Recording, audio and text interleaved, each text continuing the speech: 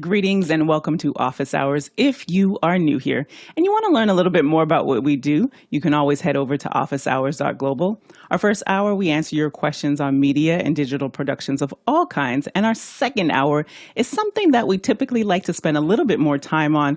And with all the things that are happening in AI, this will be this month's update, and our panel will share what they're learning. And feel free to submit your questions. If you happen to be watching the replay, you can go to askofficehours.global and submit them 24/7. So producers, get those questions in early. And Alexander, let's get this party started.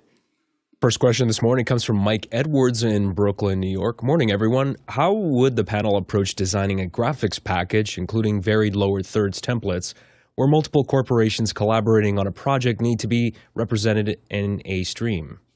Bill? So my first thought when I read this question was it needs to be very flexible, and here's why. Having dealt for years with advertising agencies and brands in terms of their brand book, and if you're not used to the graphics world, the brand book is a corporation's guidelines as to how their logo can be used on screen, and they are very specific to the point where you will usually find multiple pages saying, if you are working in this format, the way you use our logo must conform to these criteria. So one of the things that is very difficult about the challenge, I'm sure there will be tools, and maybe Alex will give us some, that really help you do this. But if you use something out of the brand book standard for any of these various corporations and try to automate that process, just to have a lot of flexibility, because you will get a lot of calls from brand people who look over their corporate persona and want to make sure it's right, saying, no, this needs to be changed. This needs to be changed. We're no longer allowing it in the lower right. It must be in the lower left. Those kinds of things become part of brand management. So just be aware of that. Alex? There's a process. Number one is you need time. If you've got a bunch of corporations that have a bunch of strong opinions, doing this in the last couple of weeks is not going to work. So you're going to want to get ahead of this. And these are the kind of things that you want to have these discussions 6-8 weeks before the event, because there will be a lot of hashing out what it looks like. You're not going to have different lower thirds. You're going to have the same lower third. If you have different lower thirds, you're crazy. So they're going to get what they're going to get. You need to build something that is unified, that is the general lower third. When have you seen lots of different designs on lower thirds on a show? Almost never. Sometimes you see them in small corporate shows where someone said yes to everyone. so like that. But you don't see it in a major production. So you have to find a relatively neutral lower third approach that's going to not going to turn anybody off, but it's not going to be anybody's specific design unless one of them is paying for it. And then after that, you start to look at, you're going to build a template that everybody's going to fit into. And you can argue about what those things are and how those things look, but in general, everyone's going to have to eventually come to an agreement of how they're going to conform to the show. The show is what matters, and you want to, if they're arguing about it, you want to keep coming back to the fact that, hey, it needs to be a good show. It looking like it's cobbled together doesn't do anybody any favors. So you need to find, you need to do this gently, but they can't do what oftentimes they'll start with a bunch of crazy ideas that aren't going to work. So you need to kind of move past that in a gentle way, and get to a point where there's a unified look. This is where the logos go. These are where the folks go there. Generally, not always, but generally somebody's in the driver's seat. Like it might be you, it might be the event organizer, it might be one of the corporations that's paying the most money. There's a bunch of things there, and it's a matter of identifying who's going to make the decisions and then have them make them.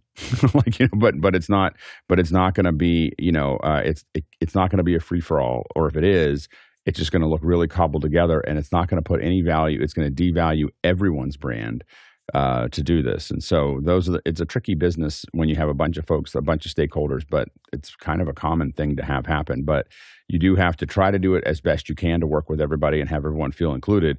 But at the same time, the most important thing is that you have a unified experience for the viewer, and a show that everyone can be proud of.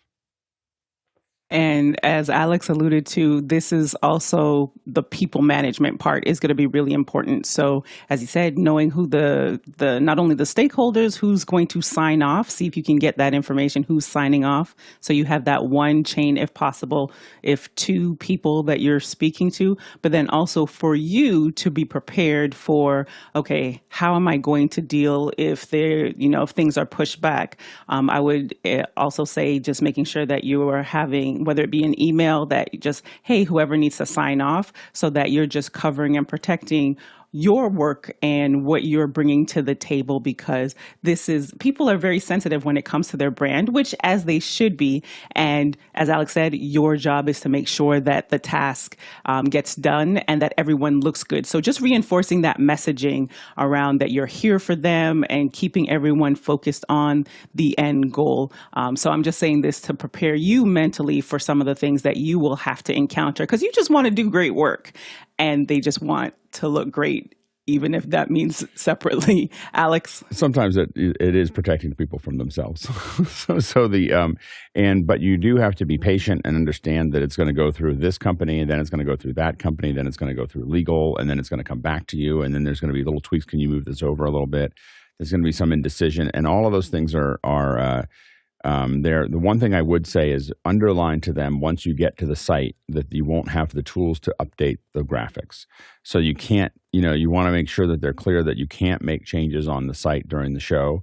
You can update the data in the graphics, but you can't change the graphics on the day of the show. You want to try to move away from that. Even if you could theoretically do it, it often will destabilize your event if you start making edits on site. It's really easy to have typos and odd problems with alpha channels and things that aren't lined up and everything else because you're making changes on site. You want to be very careful of that. And if they do that, you need to make sure that you dedicate an operator. If they say, well, we have to be able to do it on site, that's a person that's going to be there from the days of the rehearsals all the way through the event that is going to sit there, and they're going to pay for that person to sit there and be able to do updates for them.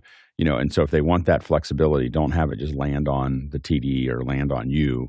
It should be landing on somebody that's going to do it, because it's not a good idea. And so they should have to pay for bad ideas. Next question. Next question is from Zach Stallsmith in Chautauqua, New York. In terms of multi-quarters, what are some reliable softwares to take in feeds from cameras to capture both their video and audio at the highest possible quality? Go ahead, Alexander. Yeah, so I'm going to talk about, obviously, the two main platforms, Windows and Mac. So if you're on a Mac, I would highly suggest looking at Mimo Live. In my experience, and I've tested a lot of different, programs to do this kind of thing, Mimo Live seems to be, at least in my experience, the most well-performing application, especially for ISO feeds. I mean, you can pick your high-res codecs like Apple ProRes 422, 444 for all those high-end codecs, and it works really, really well. There's also Ecamm Live as well, but in my research, I was just looking up this morning, although you can do ISO records, the article that I was reading said that it could only do a maximum of 2 camera feeds, and it did not specify what codec, so do a little bit of research there if you're going to use Ecamm. Also, Ecamm's a little bit easier to use, so there's a little bit less of a learning curve there, but Mimo's more powerful. And then, of course, on the Windows side of things, there's vMix as well, and there's Wirecast, which, although I believe Wirecast is multi-platform as well. So you have a lot of options there, and they're all at different price points. Guy? Yeah, there is a lot of different price points. The one on the Mac that is more on the high end would be Softron's movie recorder, and that one's going to be in the $2,000 range. So depending on where you want to go and how many cameras, and be sure to run some tests and see who's editing it and what format that they actually really need, because you don't want to be recording in 4444 if you don't need to. So there's also something to keep in mind, like growing files. Is it something where they want to grab the file and start editing it right away? Because that might be a workflow thing. Like yesterday, we were dealing with some massive 50 gig, these were up in the cloud using Nimble. So using Nimble is another way that you can record and create growing files and be able to chop things up or have people grab just segments while it's live and with multi-cameras. So it depends on how it's coming in. Is it an AJA or a Blackmagic device? Because I use Mimo Live, like Alexander was saying, and it's fantastic for what it is. For on a little M2, I literally got this Mac at Costco, and it can do what the Softron can do with just a regular ProRes on the internal drive. So it's pretty powerful. So take a look at what platform you're on, how much you want to pay a month, and who the editor is as to what codec that they really need. Because otherwise you're going over to hardware, which I'd probably look at hardware as well. Codecs is the name of the high-end hardware if you want to take a look at, above RAW and all that. So a couple options. Alex? Yeah, for the smaller stuff that I do, I definitely use Mima Live. I have for the shows that I do, I record the show itself, and I record the ISOs of every person in the show, and I just hit record, and it just starts. I have a little thing on my iPad, a little button, I hit it, and all the records start at the same time, and that works really well. The other one that we've used heavily is Softron. So the Softron recorder is great. You just need to make sure you have enough hard drive speed. Because we're not talking just necessarily coming off of Zoom. This is coming off of cameras. If you're recording something like Apple ProRes HQ, you need a lot of drive speed to be able to pull a lot of files off. What we mostly use is actually hyperdecks. So we usually, when we're doing our events, most of our events are, a majority of our events are 12G. So they're 4Ks 5994. And so in that case, you really can only, that's a lot of speed. And we're recording those typically at Apple ProRes HQ. So as a result, we use the full 1U hyperdecks for those, one for every camera, and then one for program and one for clean, or usually two for program, one for clean. So there's a lot of, that's the math of what we kind of put together there. Yeah, I think Mickey talked about the Key Pros. We don't use the Key Pros because they had a problem in the past. I don't think the same problem where it was possible to pull the drive where the header was damaged, and you couldn't. It was very difficult to get the files off of it, and it only has to happen once, and you don't ever want to use them again. And that's what happened to us with Key Pros because it was a bad day. And so anyway, but those are the ones. And then of course, if you need to get instant access to those, we have done ISO records with EVSs where the EVSs, that's the heaviest metal version that you can possibly, have there is to pull those off. Next question.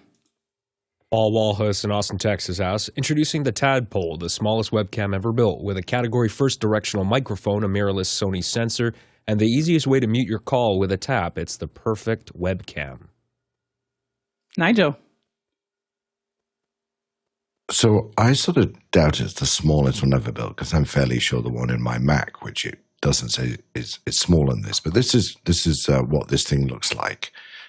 It sits on top of your laptop, and they do show in here some different types of usage scenarios. It's one of those terrible websites that takes a long time to build, but the reality is it's about $150, and it will. They show a comparison between an M1, I think an Asus, and this camera. On my screen, the M1 looked pretty close. The Asus looked bad, but webcam settings can help with a lot of things. I think the reality of the subject is, why spend another $150 to upgrade if that's what you're looking for? I think you have to decide whether the one on your M1 Mac is good enough, or you want to go to a Link 360, or you want to go to a bigger sensor camera like most of us use here. And I think if what you're trying to do is really upgrade your game, it's probably worth spending a little bit more than this. And of course, we've not seen this camera, so it's hard to know. And getting something that gives you much better color, much better depth, maybe even some bokeh, and deal with it that way. Courtney? Yeah, they put a period there in that description where it says introducing the Tadpole, the smallest webcam ever built, period. It's not. If you take the period out and leave the rest of the sentence, with a category first directional microphone, a mirrorless Sony sensor, and an easiest way to mute your call with a tap to the cable, yeah, okay, then it's that. If you include all those other things, the smallest webcam ever built. I kind of take issue with the industrial design of the camera, because the way it's designed to clip onto your laptop, is the it's going to block some of the image at the top of the screen. And if you've got a laptop with a super thin bezel, it's going to be covering up, let's say, tabs on your browser, or now a lot of the information on the Zoom Workplace is now in that title bar at the very top of the screen. So it's going to be covering up things like information about whether you're recording and so on. So I don't really like its industrial design and how it attaches to the laptop. It has a unique feature of you can mute the microphone by tapping on the USB connector.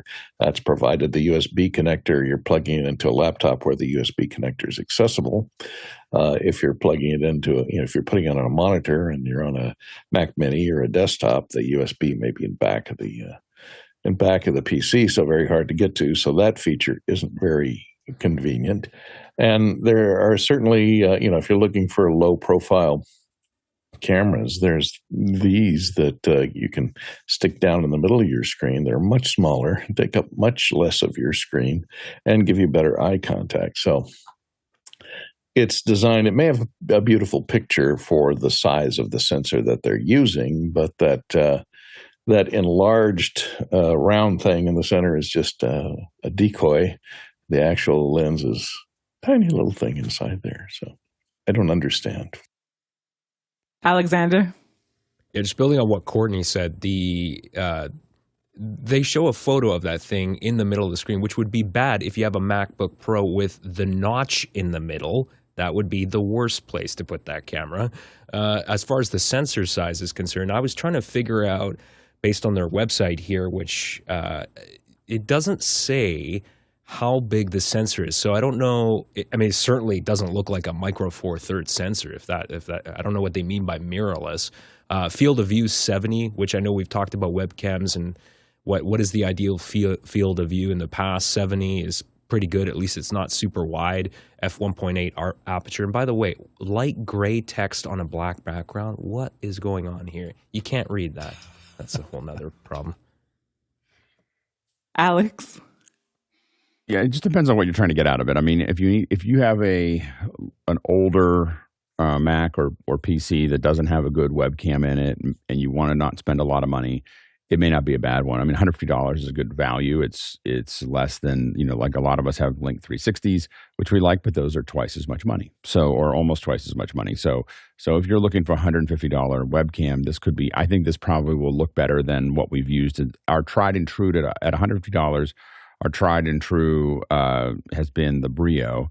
And the Brio, though, is long in the tooth, and things like this could be there. So saying, having something that is going to improve on the whatever you have on an older model. I will say that at this point, the iPhones, using the iPhone through, connected to your Mac, is better than almost everything under $500. Like the iPhone is as a webcam, if you just get something to attach it up there, the sensor is incredible, and what it does. And the webcams on your newer Apple products, at least, are really good compared to this Opal. I mean, I just don't think once you're in little webcams, the only time you move away, and again, PCs are a little bit different. I don't have as much experience with their webcams.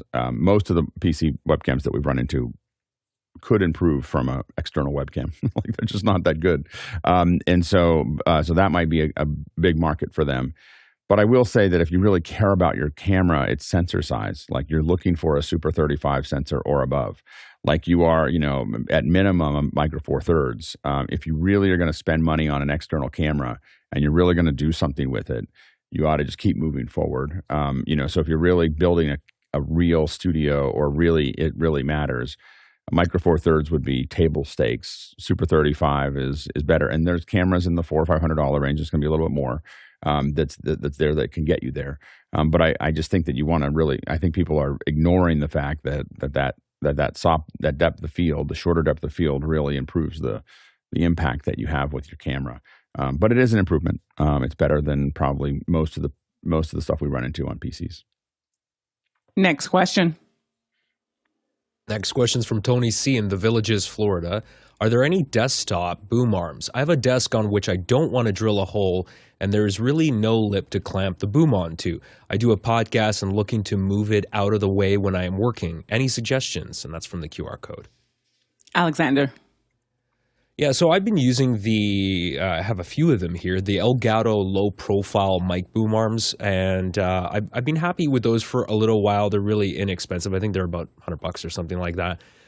However, I've recently come across a much better option. I don't like the ball head on the Elgatos, so I'm slowly replacing them with the newer NEEWER. If you look up on Amazon, they have a new low-profile arm that looks more like the beefier OC white arms, and it doesn't have that ball head. And I just find that for people that have a bad habit of touching the microphone, I had somebody that would always want to rest their hands on the microphone, and with those Elgatos, because of the ball joint, the microphone would just fall down half the time. So have a look at the newer mic boom, the low profile. Go ahead, Bill. So those are good suggestions for the actual boom arm itself. I think you're really more concerned about attachment. And here I got a couple of suggestions for you. The first one, if you put it on your desk, you're probably going to get noise in your mic if you pound on the desk or move things around. So you want some isolation. If you are going to go with a desk stand, try to do something like use one of the mouse pad kind of things, a little piece of neoprene underneath it so it isolates it at least a bit from those desk noises. The other two things I would say to you, though, is floor stand. You can put a microphone stand, put a boom off of that. That way you can put it out of the way when you want it out of the way and bring it back. And if you really want a actual arm mounted to your desk, use something like this perhaps. This is just a standard riser. They're about $20. You can drill the heck out of this, mount your stand to it as long as you have enough weight so that the counter level of the arm doesn't pull it over. Then go to town on it. And if you misdrill it or want to move it later, buy another one. They're $20. Courtney? Yeah, they don't make boom arms that don't attach to the desk themselves because it's against the law. The laws of physics, that is. Because when you put an arm out a couple of feet from its base, the cantilever effect of that arm is going to pull over any desktop out there. You know, of course, you got your Atlas line of desktop stands, which have a weighted base to it. But in order to put enough weight in that base so that the boom arm wouldn't tip over with a fairly, a half a pound. A lot of these microphones, like the Stellar X2, have brass, and they weigh half a pound. You stick it out the end of a 2-foot arm. That's enough torque to flip almost anything over. You might look at, if you have like a glass desk or something, you might look at into some type of vacuum mount that attaches to the desk, although I'd be wary of those coming loose in the middle of a show and dropping the mic into your lap or on top of your keyboard. So find one that has a clamp. If you need a boom arm, either do as Bill said, put a floor stand behind the desk and have the arm come over the top. A floor mic stand with a boom arm on it, or use one of the smaller ones that doesn't have an arm on it and just move it on your desk to where it's in front of you. Although it is going to relay, of course, typing noises, things like that, pounding the desk. Alex? There's one that I want to get. I've kind of had a moratorium on buying more stands, so I haven't bought it yet, but I'm very, very close. I keep on looking at it, and it's this one made by Rode. This is the DS2, and it's very, you can see that it is a fairly. I really like the fact that I think that this will mostly fold up into almost nothing, and you get a little bit. It is counterweighted against here. I don't think it's that heavy, so you do have to be kind of careful with it. It's going to have all the problems everyone talked about. But it looks like a nice kind of, we're looking at possibly getting a couple of these for the gray matter they're showing Rode here, but it could use anything. This arm, by the way, this is a boom arm. It's not connected to this desk because the desk it has the same problem yours has. I would have to drill a hole in it to make it work. It is connected to another desk. So I have another desk over here. And the big advantage of that is that I have other work things that I might need for my show that is over here that I use often. But it also means that no matter what I do to my table, it's not translating that. You can hear it in the mic, but you can't hear the mic bouncing. So by attaching it to another desk that might be useful for you in other reasons, you may find that you can bring that over and you're using that for maybe your console, other things like that. So you can have your notes in front of you, and you can then attach it to that desk. Alexander?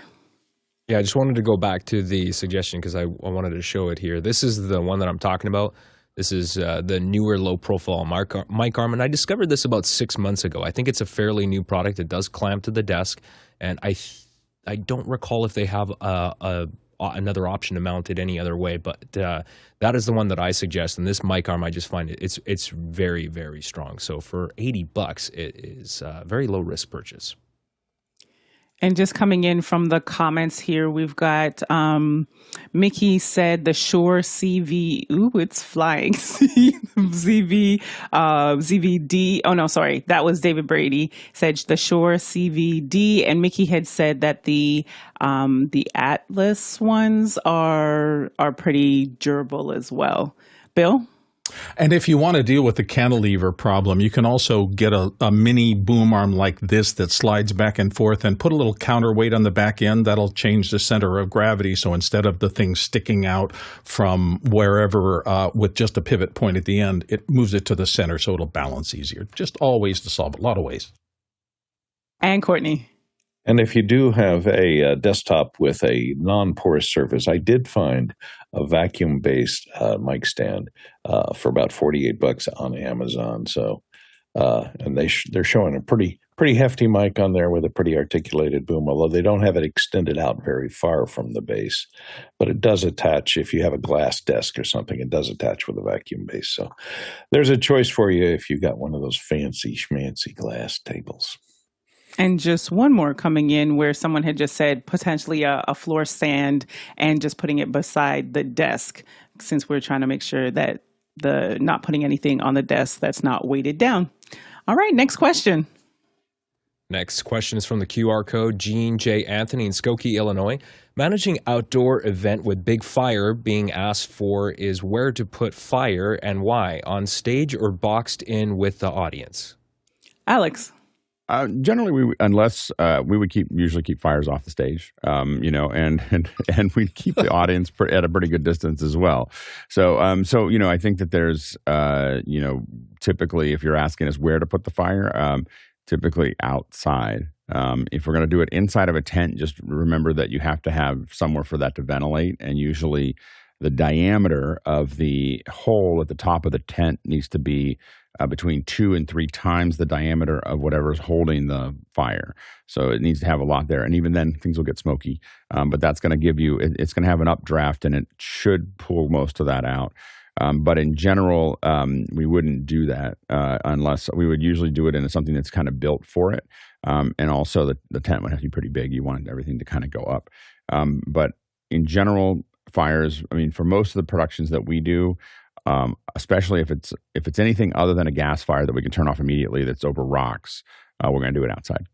like completely uncovered outside. If you want to have something that's got wood in it, anything that takes time to turn off. If you use gas, and you have a lot of people do it with volcanic stuff, volcanic rocks and stuff like that. That's relatively easy to turn off immediately. It's a little bit more rough to have anything that would take time to turn off. So usually we would do that outside. Bill? And if you're doing anything involving fire and a public gathering, do check with the local fire marshal about regulations. The last thing you want to do is be red tagged and then have some sort of liability because you've messed up and there's a disaster there. So fire marshals control this kind of stuff in most municipalities. I would not do something like this. I would refuse unless the people are willing to at least take the step and get it approved. Yeah, to your point there, Mickey also says in the comments, talk to special effects and pyro departments you hire along with the city fire marshal. Alex?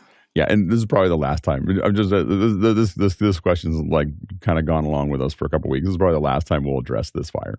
I think we've talked the fire into the ground. We've almost put the fire out. So.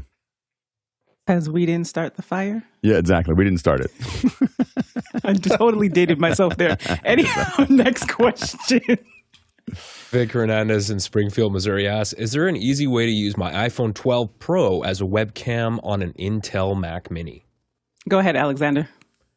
I've tested a lot of different apps, and I find that Michael Forrest's Shoot app for iOS works really well over USB, and mainly because it has a web interface where you can have full access to every single control of the camera settings, so you can control everything manually from a web interface. Some of the other proprietary apps, I've had some stability problems, and I've tested Shoot on an Intel Mac, and it works just fine. I took a look at his website. I didn't see anything for system requirements, though, and I know there is a USB driver. It does not mention, and I've tried.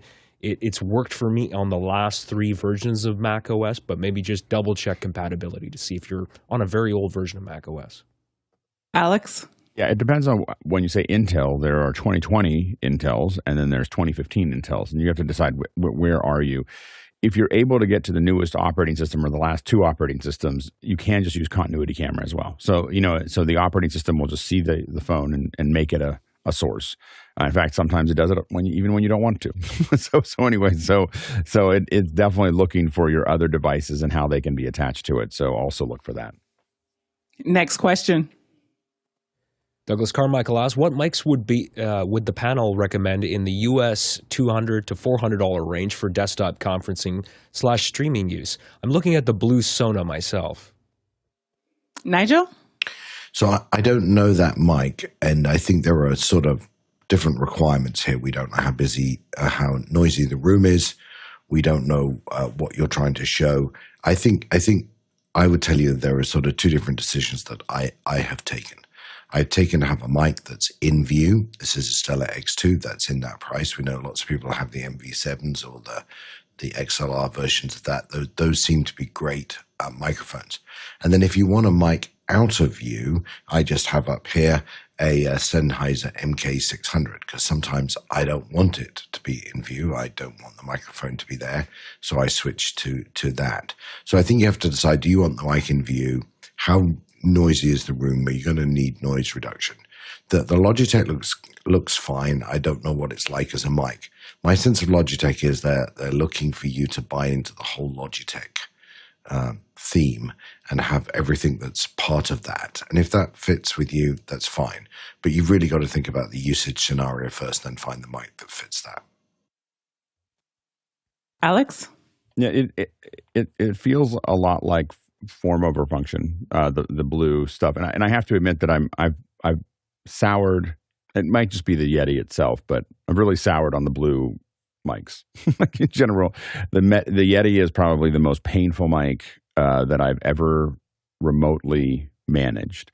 When someone gets a Yeti mic, I just know that they say, "Oh, I got a Yeti." That means A, they're not going to let me send them a mic because they think they have a great mic, and B, it's going to take a half an hour and it's never going to sound right. And it just, there's too many settings. They're too tweaky, and everyone talks into the end of it, which you shouldn't do. Or they talk into the back, and you can't figure out which is the back and which is the front.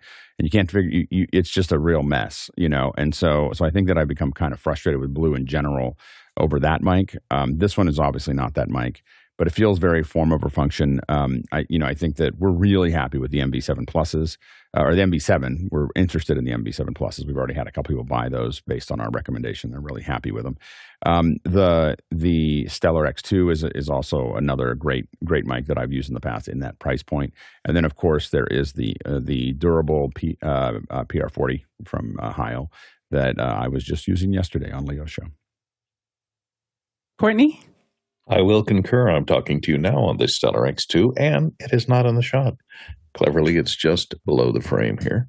So it can give you good sound if you come in from the side and angle the side address capsule up at your mouth. The problem with the Shure, of course, the MV7s are great. The dynamic mics are great, the Heil PR40, but those are going to have to be up in front of your mouth, or fairly close to the mouth for those dynamic mics to get a good sound on them. And it depends on whether you're shooting video of that podcast or conference. It might get in the way if you want to get a clean image of the person who's speaking and put it on iMag or go out over streaming. So I'd say something in a large diaphragm condenser. The problems with some of the USB mics is that, A, they're USB, and it's going to be hard to mix multiples into a single input or into a mixer that you're going to send out to PA. So I would stay with one that has an XLR output on it. I don't like the blue microphones either, Alex. Yeah, the Snowball, especially, you see people with those. That was a horrible microphone. It was designed. Okay. I was going to say that the Yeti was the worst microphone, but the Snowball is Snowball. worse. Its tendency towards overmodulate. Just when it got got too much volume, it would just crackle, like and not in a nice. There's no nice version of that happened in there. A nice crackly way. Yeah. Yes, I agree. And I will say, by the way, someone who really knows how to use a Blue Yeti mic will sound great, but almost nobody does. So the 1% that actually understand how to use that mic, they sound fine. They sound good. It all works. You can make it work. It's just that we spend a lot of time. I probably deal with a Blue Yeti mic every 2 weeks, and it's just it's a painful experience for me. And Alexander. Yeah, since you showed an example of that blue microphone that had XLR, I'm going to also suggest an XLR microphone. And without knowing the acoustics of the environment that you're going to be in, I would suggest sticking with a dynamic microphone. My suggestion in that price range in US dollars, since that's where you are, I would suggest the Electro-Voice RE320, which is the lower cost version of the RE20, has a slightly different sound, has neodymium magnets. It's a little bit brighter sounding than the RE20, but it still has the same fantastic off-access rejection, and it also is more forgiving to talent that doesn't necessarily have great mic technique. It has their patented variable D technology, so as you get closer to the microphone, you don't get that increased proximity effect where you get a large bass buildup. You get an increase in volume, but it's very, very consistent. So $299 US for the RE320 is a good option as well. And then just again, coming in from the comments, Mickey mentions buying a microphone from a microphone company is always a good idea. Sorry, that was James. James had said that buy microphones from a microphone company. And then there's also the Audio Technica has that one. And I know he said that between the 2 to 400, but that USB mic just on the lower end of the spectrum has been helpful. I'll get the number as well. Guy? Yeah, you really got to look at the entire chain. And we know that Douglas has a Yamaha DM3, so he's got good preamps in there. But for folks that are also looking at the same pricing, $200 to $400, you may not have good pre's like he has. So some of these microphones that we suggest may not sound as good, like the SM7B notoriously needs a little bit more oomph. Some people stick a cloud lifter or something in front of it to give it that added gain stage. I made a video a few years ago that has 7 different microphones, and they're all different form factors. So it's important to notice, do you want it to be seen? Do you want, the Madonna look with that huge, if you remember that video that I'm dating myself from the 80s where she had that, or the Janet Jackson look where they had these huge wind muffs on their head-worn microphones. So do you want it in the shot? Like right now, you can see my highlights here. Some people don't like that. And so when you watch this video, you'll see that I use a 4053B from Audio Technica and boom it over.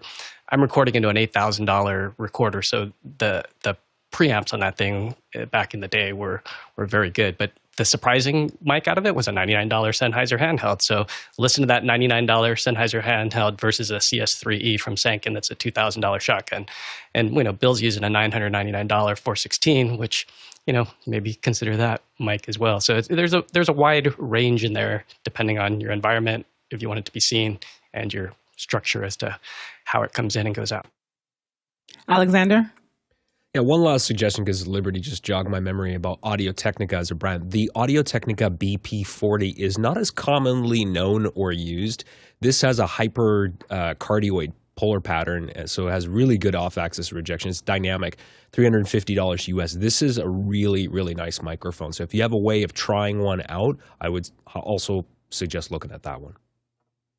And I found the mic. So I was like, it's the Audio Technica. It's a 2100. So it's USB, but then it also has an XLR port as well. So that you can just, again, depending on, for anyone else listening to the response to this question, that you can do both. Next question. Next question's from Rion Smith in Trinidad, West Indies. 1080p, 30 or 60 frame rates per second for pubs and small concerts. What's best, and why would you choose one over another? Bill? Well, the NTSC, North American standard is 30 frames per second, so broadcast. So if you're broadcasting, you want to always shoot in 30 frames per second. If you're going to the web directly and you're not broadcasting, there's no reason to limit your bandwidth like that. So pop up to 60 frames per second. You can always transcode from 60 down to 30 if for some reason you ever need to put some of this footage on the web. But I'd stay at the top end. No reason not to. Alex? Yeah, there's a couple, when you're making this decision and you're at a bar or at a concert, there are a couple things to think about. One is that as you go to that higher frame rate, you may see flickering in the lights. So as you go to the higher frame rate, you're going to have a higher shutter speed, and that higher shutter speed, especially with less expensive, and when you're in a bar, a lot of times they have less expensive LED lights that instead of the way that they attenuate and get darker is that they blink slower. And so you'll start to see things roll up the sides. And so you have to be kind of careful. A higher frame rate will show that off a little bit more effectively. So you got to kind of keep that in mind. Also, you're going to get less light. So you're typically at 180 degree shutter.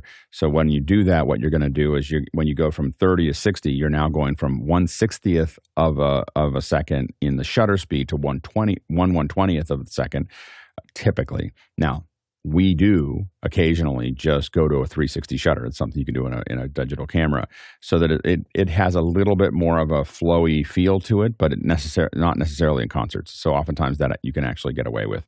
And so the main thing is that, but otherwise, what we do find is that 30 frames a second. I used to say that 60 frames a second was a waste of time. And I was pretty ardent about the fact that 60 frames a second was a waste of time. It was a waste of bandwidth. As I've now done tons of production at 60 frames a second, I can tell you that even with talking heads, 60 frames a second feels more visceral. It has the audience feel more like they're there than 30 frames a second. And when you get used to 60 frames a second, you go back to 30 frames a second. You definitely can feel this chunkiness that lives inside of 30 frames a second that you weren't feeling at 60. Other things to think about are bandwidth, transmission. You're talking about a full 3G solution at 60 frames a second or 5994, which is probably hopefully what you're working at. And at 5994, that puts a lot more pressure on your entire system. It's gotten a lot better.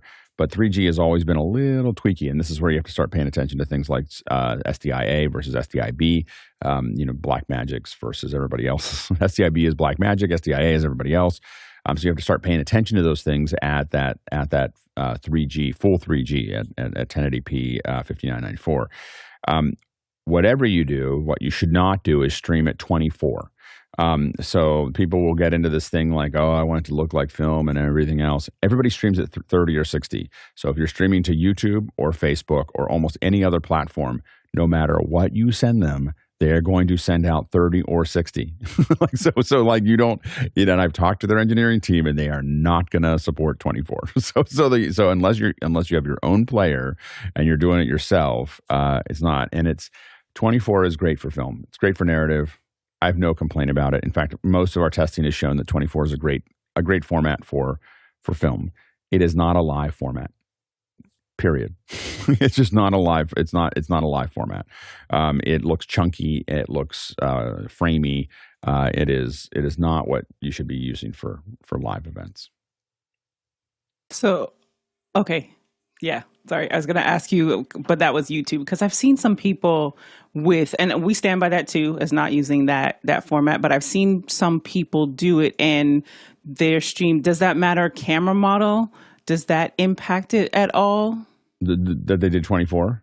Yeah. All their cameras are capable of all those frame rates. It's not limited to that. They just...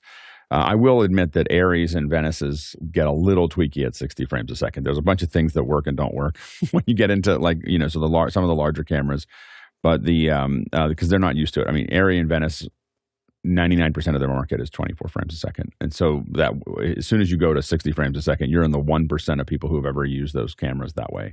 And so there are we've seen some idiosyncrasies with how it outputs versus how it records versus a variety of other things. They get much more, they're much less flexible in that look, but again, just remember that 24 is trashing your frames because if you're going to YouTube or Facebook, because it's not being represented that way. And if you do it to your own player, remember that the vast majority of people that are watching it don't even know how to change that on their TV. Like, so they're gonna, so 24 is, and again, I think it's a good film thing. But again, from an aesthetic perspective, what we have found in thousands of events is that the higher the frame rate, the more visceral and the more people feel like they're there. And we do find that based on head-to-head tests, we find that the average view time increases with higher frame rate. Copy that. Next question. Paul Walhouse in Austin, Texas asks, Taylor Sheridan's 1923, which uses Austin as a base, is projected to pump nearly $52 million into the local economy, creating 200 direct jobs and more than 150 indirect jobs. Film studios in Dripping Springs, San Marcos, and Bastrop, Austin equals Hollywood. Courtney? Oh. If that was the question. They've tried this several times, and I'm from Texas, and many times they've touted Texas as a production center, and it does have a small degree of productions that are going on there. They can usually, towns like Austin and Dallas, even they had Los Colinas Studios they built north of Dallas. It lasted about 4 or 5 years, and then I think it fell by the wayside. There have been plans to build a major motion picture studio outside in East Austin. Several years ago, Trammell Crow or some of the big multimillionaire Texans down there decided to do that, but they never came to fruition. The film companies go there because they can save money on labor, and they can save money on facilities that are temporary. So they're not going to pump a lot of stuff into permanent facilities there. If they do, they will probably fall into disuse because there's just not enough production to maintain the cost of that property, which you can now sell as real estate, especially around Austin, at a much higher rate than utilizing it as a film production studio. So, is it going to be the new Hollywood? I don't think so. It's a nice place to live, Austin. So it's got that going for it, but now the real estate prices are so high, you might as well be in Hollywood, Alex? Overall, I mean, Texas, of course, has an incentive program. That's usually the hard part for California. California has a very limited incentive program, and it's in a very expensive place to do production.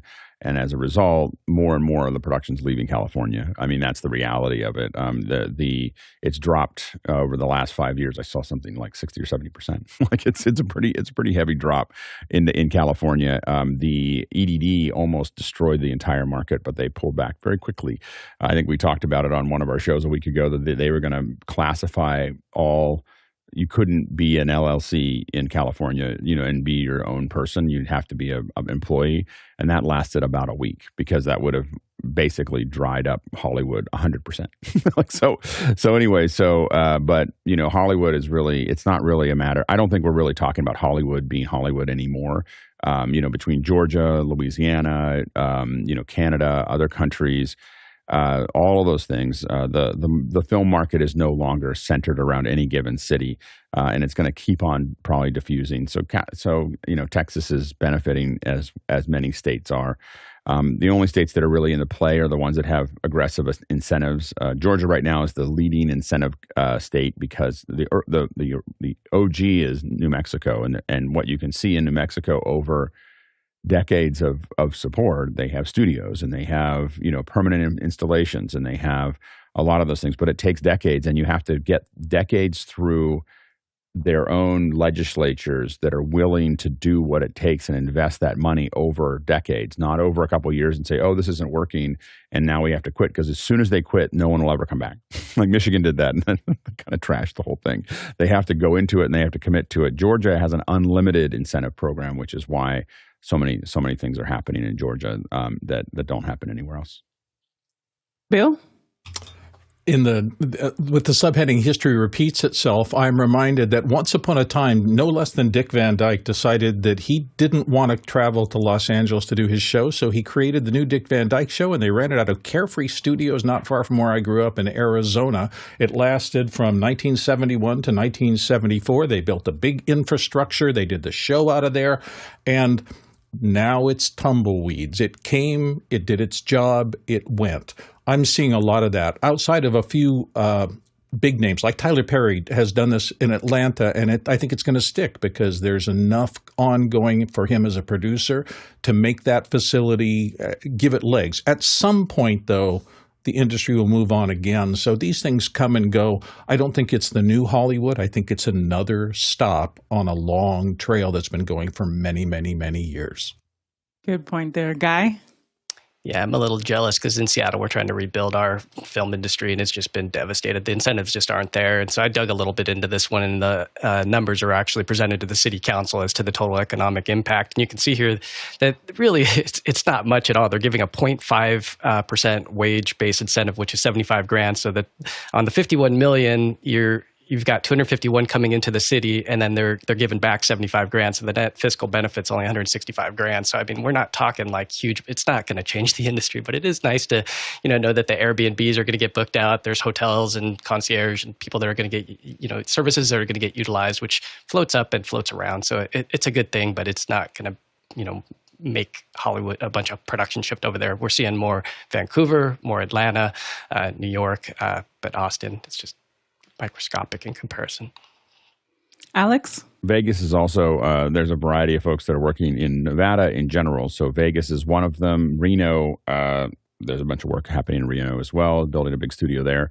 So, a lot of folks are looking at places to go for this. But again, the problem is that the numbers of benefit, when you look at them short term, don't make any sense.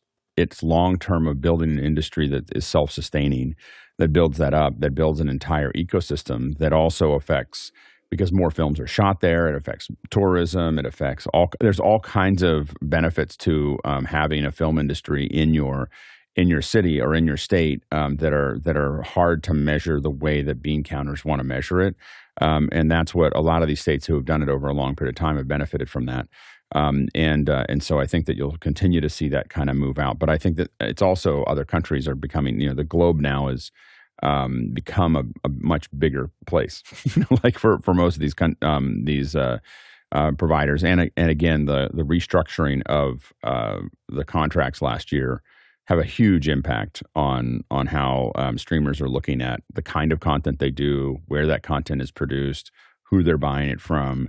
And I don't think that the organizations that struck last year, I don't think they took fully into account what was going to happen next.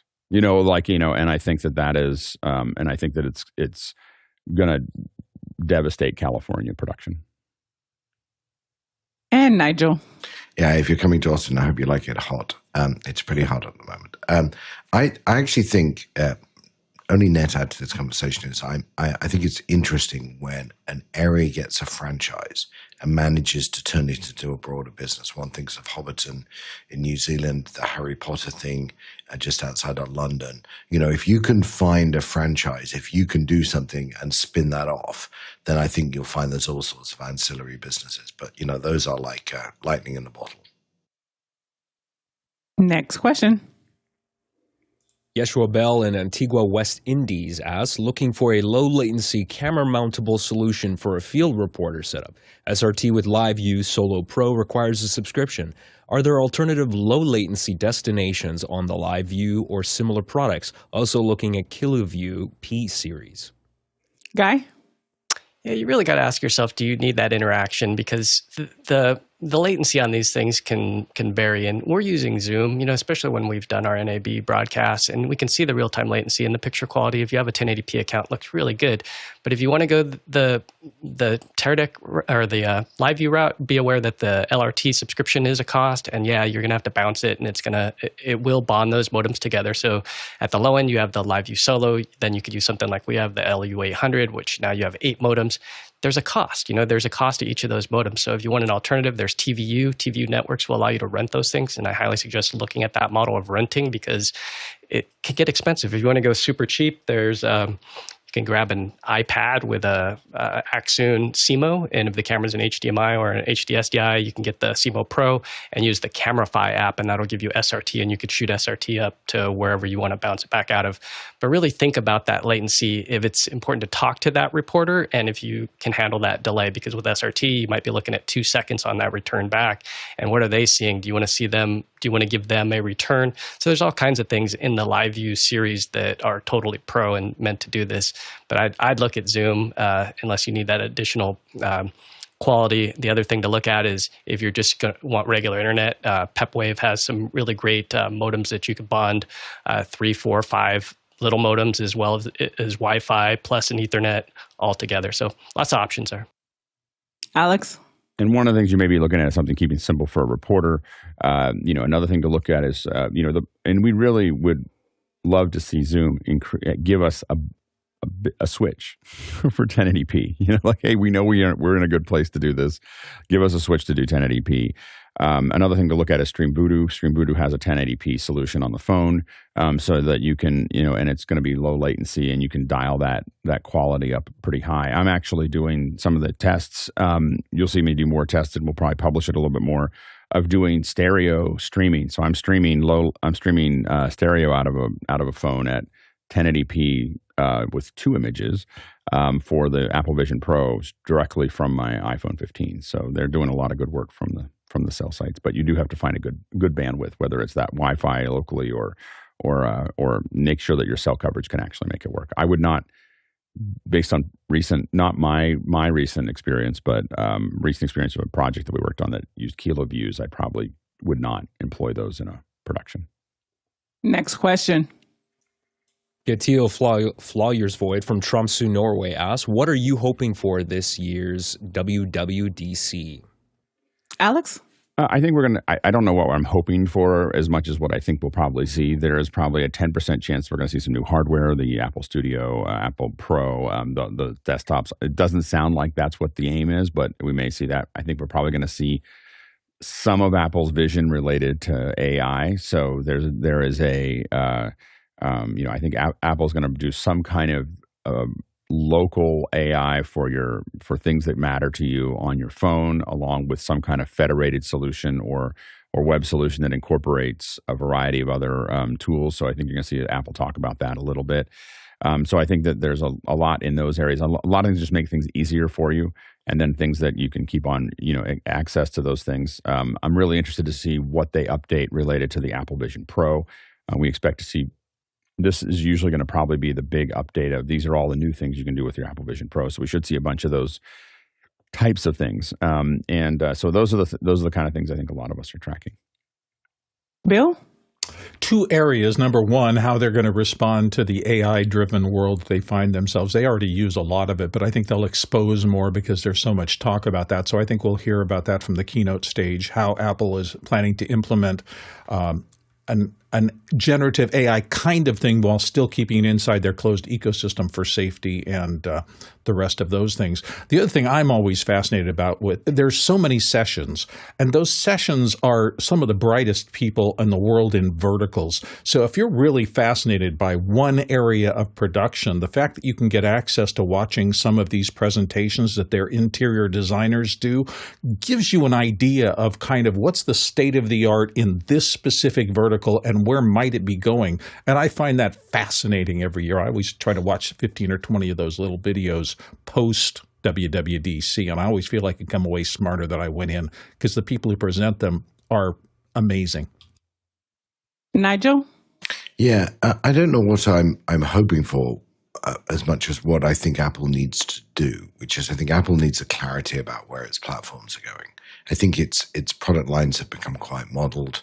I think having an M4 iPad before an M4 laptop. I mean, I understand the reasons for lots of these, but everything's got overlapped. Everything's got confused. I think they have to come out with a much clearer vision about where they want to take their platforms, be they the laptop, the mobile, or the iPad, and how they're going to get there. I think, you can work it out, but they're not being clear. And AI may be the way they're going to do that. Maybe the linkage point, we'll have to wait and see. But the lack of clarity on that, I think, is something they need to work through. Bill? Yeah, I also, it's interesting to me what their priorities are. I kind of pay a little bit of attention to, is there a lot of heat in the mobile space? Is there a lot of heat in the desktop space, or is that cooling off? It kind of gives me an idea of what Apple's corporate overview thinking is. And John? A universal way to turn off video reactions. Yes. That's all you want. Yes, that would be a great one. I too am also looking at just what are they doing with vision. I'm in a couple of WhatsApp groups, and that's a lot of the conversation is around there. And speaking of conversation, we've got a great week lined up for you. Tomorrow we'll be talking with Z-Wave, and they'll be just showing us some of their technology and how they are using fashion and digital design for digital software for design. And then on Wednesday, if you are on the Blackmagic ecosystem with the ATEMs, you want to be there because we'll be talking about audio and how we integrate that together. Thursday, eCam is connected to Zoom, so you want to be there. Andy Carluccio will be there, also with eCam Doc Rock and Katie Fox as well. And Friday, we'll be also talking with Amari Halvey from Harvard, and he'll just be going through just how they are using sports broadcasting and some of the interwebs there. And for the rest of the schedule, you want to head over to officehours.global.